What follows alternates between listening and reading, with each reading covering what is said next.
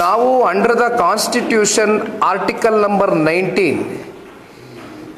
ಅಲ್ಲಿ ನಮಗೆ ಒಂದು freedom of speech, freedom of expression ಅನ್ನೋದ್ರ ಬಗ್ಗೆ ಬಹುಶಃ ಇದೇನು ಕಾನ್ಸ್ಟಿಟ್ಯೂಷನ್ನ ಬುಕ್ನ ಓದಿ ನಾವೇನು ತಿಳ್ಕೊಳ್ಬೇಕಾಗಿಲ್ಲ. ಇದು ನಾವೆಲ್ಲ ಶಾಲೆಗಳಲ್ಲಿದ್ದಾಗ ಸಣ್ಣ ಮಕ್ಕಳುಗಳಾಗಿದ್ದಾಗ ನಾವು ಓದಬೇಕಾದ್ರೆ freedom of speech, freedom of expression ಬಗ್ಗೆ ನಮ್ಮ ಫಂಡಮೆಂಟಲ್ ರೈಟ್ಸ್ ಏನಿದೆ ಅದ್ರ ಬಗ್ಗೆ ನಾವೆಲ್ಲ ತಿಳ್ಕೊಂಡು ಬೆಳೆದಿರ್ತಕ್ಕಂಥವ್ರೆ. ಆದರೆ ಇವತ್ತು ಸಂಪೂರ್ಣವಾಗಿ ಈ ಕ್ಲಾಸಸ್ಸು ಇನ್ನೂ ಮುಂದೆ ಹೋಗೋದಾದರೆ, ಈಗ ಕ್ಲಾಸ್ ನಂಬರ್ 3ನಲ್ಲಿ ಏನಿದೆ, ಡೈರೆಕ್ಟಾಗೆ ವಾರೆಂಟ್ ಇಶ್ಯೂ ಮಾಡ್ದಿರಾ ನೀವು ಅದೆಂಥದ್ದು ದ್ವೇಷ ಅಪರಾಧಿನೋ ಅಥವಾ ದ್ವೇಷ ಭಾಷಣ ನೀವು ಪ್ರಯೋಗ ಮಾಡಿಬಿಟ್ಟಿದ್ದೀರಾ ಅಂತಕ್ಕಂಥದ್ದನ್ನ ಸರ್ಕಾರವೇ ಪರಿಗಣಿಸಿ, ಇಲ್ಲಿ ಯಾವುದು ಜುಡಿಷರಿ ಸಿಸ್ಟಮ್ ಇಲ್ಲ, ಮುಂದಕ್ಕೆ ಬರ್ತೀನಿ, ಸರ್ಕಾರವೇ ಅವರೇ ಇದನ್ನ ಜಡ್ಜ್ಮೆಂಟ್ ರೀತಿ ಮಾಡಿ ದ್ವೇಷ ಭಾಷಣ, ದ್ವೇಷ ಅಪರಾಧ ಅಂತ ಅವರೇ ಇದನ್ನ ತೀರ್ಮಾನ ಮಾಡಿ ನಾನ್ ಬೇಲಬಲ್ ಕಾಗ್ನೆಸಿವ್ ಅಫೆನ್ಸ್ ಅಂತ ಬುಕ್ ಮಾಡ್ತಾರೆ. ಅಂದರೆ ಇಲ್ಲಿ ನಮಗೆ ವಾರೆಂಟ್ ಇಶ್ಯೂ ಮಾಡ್ತಕ್ಕಂಥ ಪ್ರಶ್ನೆನೇ ಇಲ್ಲ. ಕನಿಷ್ಠ ಪಕ್ಷ 1 ರಿಂದ 2 ವರ್ಷ ಇಂಪ್ರಿಸನ್ಮೆಂಟು, ಗರಿಷ್ಠ 7 ವರ್ಷದವರೆಗೂ ಇಂಪ್ರಿಸನ್ಮೆಂಟು. ಮತ್ತೆ ಏನಾದರೂ ಆ ವ್ಯಕ್ತಿ ಮೇಲೆ ಏನೋ ಆಪಾದನೆ ಬಂದಿರುತ್ತೆ, ಅವನನ್ನು ಮತ್ತೆ 2ನೇ ಬಾರಿ ಆಪಾದನೆ ಬಂದಂಥ ಸಂದರ್ಭದಲ್ಲಿ ಅವನನ್ನು ಅಪರಾಧಿ ಅಂತ ಏನು ತೀರ್ಮಾನ ಮಾಡ್ತಾರೆ ಸರ್ಕಾರ, ಅವ್ರಿಗೆ 10 ವರ್ಷದ ಇಂಪ್ರಿಸನ್ಮೆಂಟು, ಜೊತೆಯಲ್ಲಿ 50,000ನೋ 1,00,000ನೋ ದುಡ್ಡು ಕಟ್ಟಿಸ್ಕೊಳ್ತಕ್ಕಂಥದ್ದು, ದಂಡ ಆಗ್ತಕ್ಕಂಥದ್ದು. ಇದು ಕ್ಲಾಸ್ ನಂಬರ್ 3ನಲ್ಲಿ ಇರ್ತಕ್ಕಂಥ ಅಂಶ. ಇನ್ನು ಕ್ಲಾಸ್ ನಂಬರ್ 5ಗೆ ಹೋಗೋದಾದರೆ ಒಂದು ಸಣ್ಣ ಉದಾಹರಣೆ ಕೊಡ್ತೀನಿ. ಇದೇ ಸರ್ಕಾರದಲ್ಲಿ ವಿಧಾನಸೌಧದಲ್ಲಿ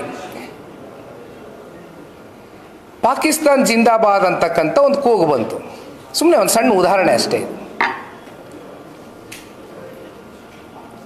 ಆವಾಗ ಮಾಧ್ಯಮದಲ್ಲಿ ಇರ್ತಕ್ಕಂಥ ವರದಿಗಾರರ ಕೆಲಸ ಏನು? ಆ ವರದಿಯನ್ನು ನಿಮ್ಮ ನ್ಯೂಸ್ ಚಾನಲ್ಲು, ನಿಮ್ಮ ಆ್ಯಂಕರ್ ಕೊಡ್ತಿರೋ ಅಥವಾ ನಿಮ್ಮ ಚೀಫ್ ಎಡಿಟರ್ಸ್ ಕೂತ್ಕೊಂಡು ಅಲ್ಲಿ ನೀವು ಕೊಡ್ತೀರಾ. You have to give it, it is your job, it's a part of your job, ನಿಮ್ಮ ಕರ್ತವ್ಯ ಅದು. ಅಲ್ಲಿಂದ ಆ್ಯಂಕರ್ ಏನು ಮಾಡ್ತಾರೆ, ಅಲ್ಲಿ ಏನು ನಡೆದಿದೆ ಆ ಘಟನೆ ಬಗ್ಗೆ ಸಂಪೂರ್ಣವಾಗಿ ನಿಮ್ಮ ಹತ್ರ ವಿವರಣೆ ಕಲೆಕ್ಟ್ ಮಾಡ್ತಾರೆ. ಅವ್ರಿಗೆ ತಿಳಿದಿರ್ತಕ್ಕಂಥ ಆ ವಿಷಯವನ್ನು ಅವರು ಜನಗಳ ಮುಂದೆ ಆ ವಿಷಯ ಮಂಡಿಸ್ತಾರೆ, ಆ ವಿಷಯ ಇಡ್ತಾರೆ. ಅದು ತಪ್ಪಾ? ಅದು ಕ್ಲಾಸ್ ನಂಬರ್ 5 ಪ್ರಕಾರವಾಗಿ ಅದು ತಪ್ಪು.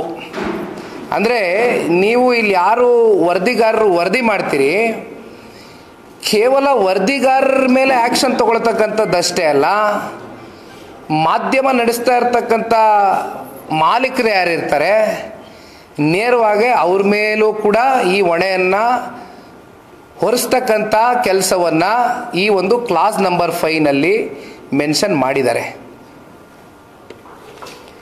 ಇನ್ನು ಕ್ಲಾಸ್ ನಂಬರ್ 6ಗೆ ಹೋಗ್ತಕ್ಕಂಥದ್ದಾದರೆ,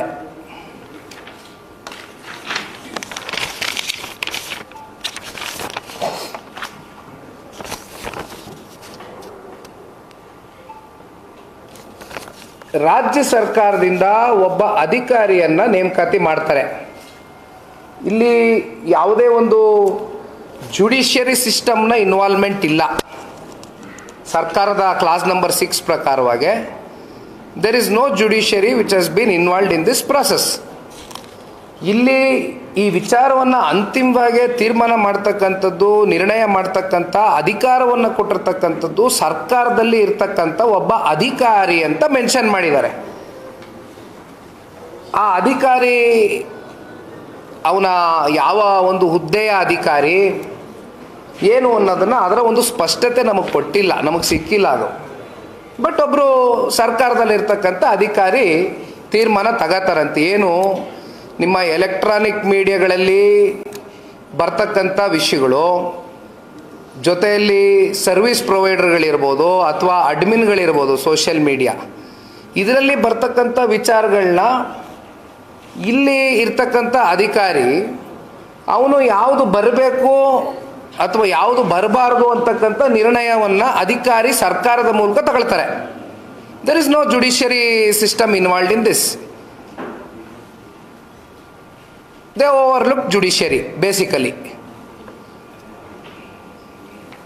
ಈ ರೀತಿ ಇವೆಲ್ಲ ವಿಚಾರಗಳು ನಾವು ಕ್ಲಾಸ್ಗಳು ನೋಡ್ತಕ್ಕಂಥದ್ದಾದರೆ ನಮ್ಮೆಲ್ರಿಗೂ ಜ್ಞಾಪಕ ಬರ್ತಕ್ಕಂಥದ್ದು, ನಾವೆಲ್ಲ ಹುಟ್ಟಿರಲಿಲ್ಲ. 1975ರಲ್ಲಿ ಎಮರ್ಜೆನ್ಸಿ ಏನು ಡಿಕ್ಲೇರ್ ಆಗುತ್ತೆ. ಆ ಎಮರ್ಜೆನ್ಸಿ ಡಿಕ್ಲೇರ್ ಆಗ್ತಕ್ಕಂಥದ್ದಕ್ಕೆ ನಾನಾ ಕಾರಣಗಳಿದೆ. ಅದರ ಆಳ ಅಗಲವನ್ನು ನಾವು ತಿಳ್ಕೊಳ್ತಾ ಹೋದರೆ ನಾವು ಪುಸ್ತಕಗಳಲ್ಲಿ ಓದಿದ್ದೀವಿ. ಆ ಎಮರ್ಜೆನ್ಸಿ ಡಿಕ್ಲೇರ್ ಆದಾಗ ಏನೇನಾಯಿತು, ಜರ್ನಲಿಸ್ಟ್ಗಳನ್ನ ಯಾವ ರೀತಿ ಜೈಲ್ಗೆ ಹಾಕಿದ್ರು, ಯಾತಕ್ಕೋಸ್ಕರ ಎಮರ್ಜೆನ್ಸಿ ಡಿಕ್ಲೇರ್ ಆಯಿತು, ಕಾನ್ಸ್ಟಿಟ್ಯೂಷನಲ್ ಬಾಡೀಸ್ನ ಅಧಿಕಾರವನ್ನು ಕಿತ್ಕೊಳ್ತಕ್ಕಂಥದ್ದಕ್ಕೆ ಎಮರ್ಜೆನ್ಸಿಯನ್ನು ಡಿಕ್ಲೇರ್ ಮಾಡಿದರು. 1971ರಲ್ಲಿ ಚುನಾವಣೆ ಆಗುತ್ತೆ. ಆ ಚುನಾವಣೆಯಲ್ಲಿ ಪೂರ್ಣ ಪ್ರಮಾಣದ ದೊಡ್ಡ ಬಹುಮತದಿಂದ ಕಾಂಗ್ರೆಸ್ನ ಸರ್ಕಾರ ಆಡಳಿತಕ್ಕೆ ಬರುತ್ತೆ. ಅಲ್ಲಿ ಒಬ್ಬ ಸೋಷಲಿಸ್ಟು ಒಂದು ಪೆಟಿಷನ್ನ ಫೈಲ್ ಮಾಡ್ತಾರೆ. ಈ ಚುನಾವಣೆ ನಡೆದಿರ್ತಕ್ಕಂಥ ಪ್ರಕ್ರಿಯೆ ಎಲ್ಲ ಒಂದು ಕಡೆ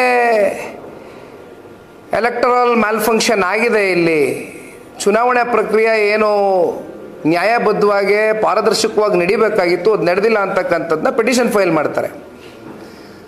ಅಲಹಾಬಾದ್ ಹೈಕೋರ್ಟ್ನಲ್ಲೂ ಕೂಡ ಅದು ಹೌದು ಅಂತಕ್ಕಂಥದ್ದು ಕೋರ್ಟ್ನಲ್ಲಿ ಒಂದು ಜಡ್ಜ್ಮೆಂಟ್ನ ಕೊಡ್ತಾರೆ. ಅಲ್ಲಿಂದ ಮತ್ತೆ ಸುಪ್ರೀಂ ಕೋರ್ಟ್ಗೆ ಹೋಗ್ತಾರೆ, ಸ್ಟೇ ತಗೊಳ್ತಾರೆ, ಅದೆಲ್ಲ ನಡೆಯುತ್ತೆ ವಿಚಾರಗಳು. ಬಟ್ ಅಲ್ಟಿಮೇಟ್ಲಿ ಅಧಿಕಾರಕ್ಕೋಸ್ಕರ ಅವತ್ತು ಎಮರ್ಜೆನ್ಸಿಯನ್ನು ತರಾತುರಿನಲ್ಲಿ ಯಾವ ರೀತಿ ಡಿಕ್ಲೇರ್ ಮಾಡಿದರು, ಯಾವ ರೀತಿ ಜರ್ನಲಿಸ್ಟ್ನ ಪ್ಲಸ್ಸು ಯಾರ್ಯಾರು ಬೇರೆ ಬೇರೆ, ಅವತ್ತಿದ್ದಿದ್ದು ಕಾಂಗ್ರೆಸ್ ಒಂದು ಬಲಿಷ್ಠವಾದಂಥ ಪಾರ್ಟಿ. ಕಾಂಗ್ರೆಸ್ ಬಿಟ್ಟರೆ ಆ್ಯಂಟಿ ಕಾಂಗ್ರೆಸ್ನ ಇವತ್ತು ಯಾರಾದರೂ ಒಂದು ಪ್ರತಿಪಕ್ಷ ಅಂತಕ್ಕಂಥದ್ದು ಇರಬೇಕಾಗಿತ್ತಲ್ಲ, ಆ ಪ್ರತಿಪಕ್ಷದ ಒಂದು ಜವಾಬ್ದಾರಿಯನ್ನು ಸಾಕಷ್ಟು ನಾಯಕರುಗಳನ್ನ ಒತ್ತಿದ್ರು. ಬಹುಶಃ ಜಯಪ್ರಕಾಶ್ ನಾರಾಯಣರವರು, ಇವತ್ತು ನಾವಿಲ್ಲೇನು ನಮ್ಮ ಕಚೇರಿಗೆ ಜಯಪ್ರಕಾಶ್ ನಾರಾಯಣರವರ ಎಂದು ಹೆಸರು ಮೇಲೆ ಇವತ್ತು ಈ ಕಚೇರಿಯನ್ನು ಪ್ರಾರಂಭ ಮಾಡಿರ್ತಕ್ಕಂಥದ್ದು ಸನ್ಮಾನ್ಯ ದೇವೇಗೌಡರು ಸಾಹೇಬರು. ಬಹುಶಃ ನಿಮ್ಮೆಲ್ಲರಿಗೂ ಗೊತ್ತಿದೆ, ಎಮರ್ಜೆನ್ಸಿ ಆದಂಥ ಕಾಲದಲ್ಲಿ ಜಯಪ್ರಕಾಶ್ ನಾರಾಯಣರವರು ಸಂಪೂರ್ಣ ಕ್ರಾಂತಿ ಅಂತಕ್ಕಂಥ ಒಂದು ಚಳುವಳಿಯ ಒಂದು ಹೆಸರಿನಲ್ಲಿ ಏನು ಎಮರ್ಜೆನ್ಸಿ ತರಾತುರಿಲಿ ರಾತ್ರೋರಾತ್ರಿ ಡಿಕ್ಲೇರ್ ಮಾಡ್ತಾರೆ. ಜರ್ನಲಿಸ್ಟ್ನ ಒಳಗಡೆ ಹಾಕ್ತಾರೆ. ಜಯಪ್ರಕಾಶ್ ನಾರಾಯಣರವರು, ಚರಣ್ ಸಿಂಗ್ ಅವರು, ಮೊರಾರ್ಜಿ ದೇಸಾಯಿ ಅವರು, ಇವರೆಲ್ಲರನ್ನೂ ಕೂಡ ಒಳಗಡೆ ಹಾಕ್ತಾರೆ.